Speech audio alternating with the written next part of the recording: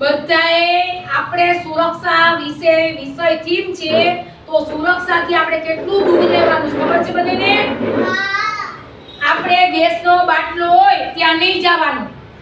ક્યાં જવાનું નહીં? ગેસના બાટલા પાસે રસોઈ કરતા હોય ત્યાં નહીં જવાનું. પછી વજનવાળી વસ્તુ હોય તો નહીં જવાનું. તો માથે પડે તો આપણે લાગી જાય. અને બીજે ક્યાંય રસોઈ કરતા હોય મમ્મી તો એની પાસે નહીં જવાનું. આપણે દાજી જવાય એટલે દૂર રહેવાનું હંમેશા. ક્યાંથી દૂર રહેવાનું? મમ્મી પાસેથી. ક્યાંય આગ લાગી હોય તો અહીંયા નહીં જવાનું. ઓકે?